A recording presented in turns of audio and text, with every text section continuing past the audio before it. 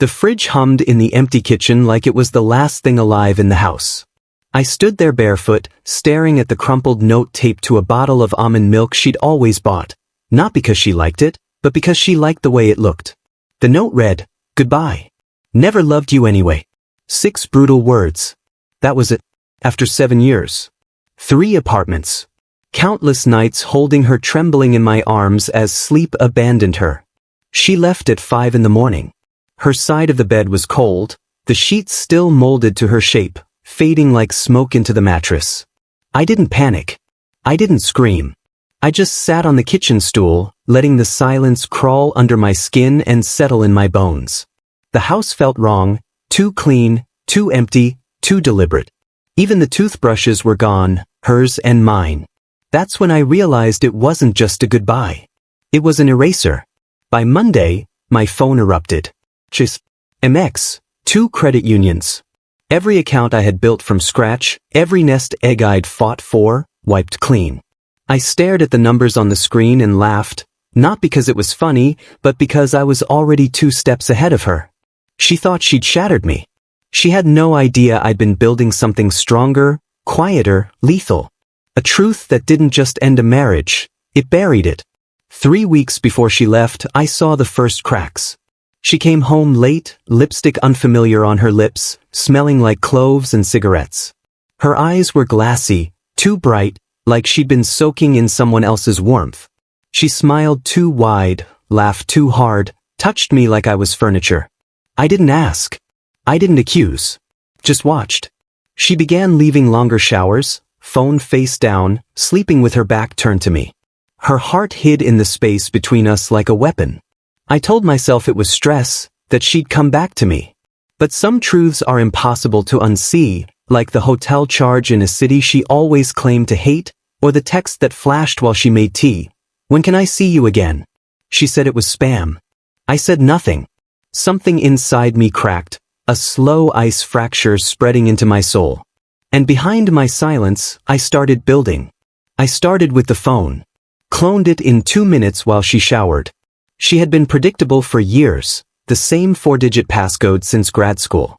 Messages, photos, voicemails, little whispers hiding in the cracks of our life. Him calling her Angel. Her replying, "Soon." He suspected nothing. She was right. I never suspected. Not until the clues stopped whispering and began screaming. I pulled phone records. Tracked GPS pings she thought I couldn't see. She was never at yoga. Never with Jenna. She was with him every single time. I ran a forensic scan on the home Wi-Fi. Found his name linked to our network. He had been here, in our house, our life, while I worked, while I built for us. I didn't confront her. I made breakfast, kissed her forehead, told her I was proud. Every night, after she fell asleep beside me, I built a tidy, chronological folder. Screenshots, logs, bank transfers to untraceable accounts. Even the prenup clause she ignored, the one that voided alimony in case of infidelity.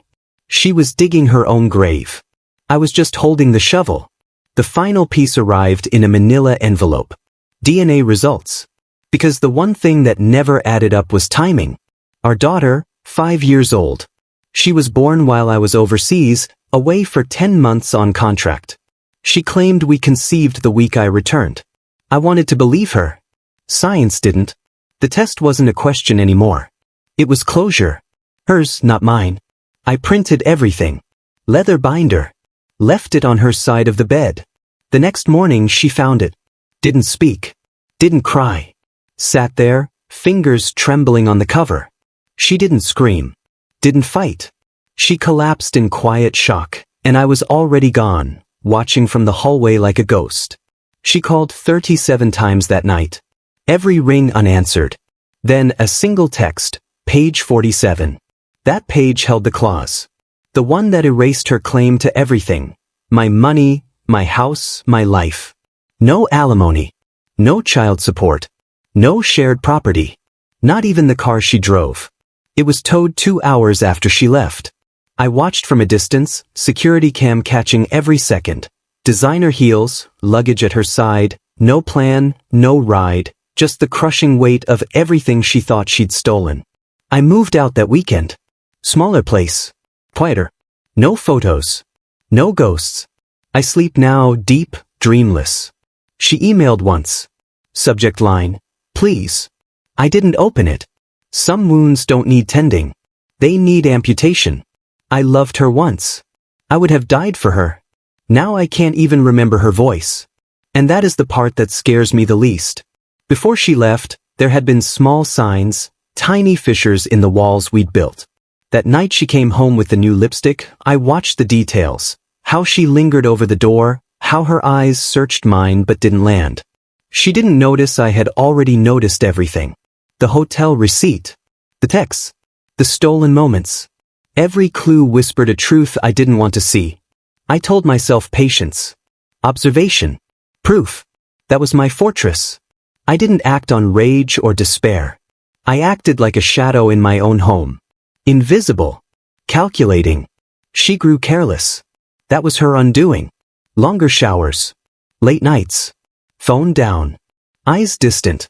Every lie, every fleeting touch, every false smile, filed neatly into a folder that would define her end. By the time she left, I wasn't the man she knew. I was the man she created. Silent. In control. Deadly in patience. By the time the binder hit the bed, her reality shattered. Every act, every betrayal, every omission documented, undeniable. And when she touched it, trembling, she realized she had never known me at all. I didn't watch for her cries. I watched for the weight of her defeat. And then I walked away. No anger. No tears. Just a quiet reclamation of the life she tried to take. Her absence left the house colder, but quieter. Peaceful. Every memory of her, every echo, swept away in preparation for a life rebuilt. She had taken what she thought she wanted. I took what I needed. Justice doesn't roar. Sometimes it hums quietly in the fridge. And now, every night, I sleep dreamless, the shadows of the past erased, unburdened. She called, emailed, texted. I didn't respond. Some things don't need closure. They need finality. I loved her once. I would have died for her. And now I am alive. And that, finally, is enough.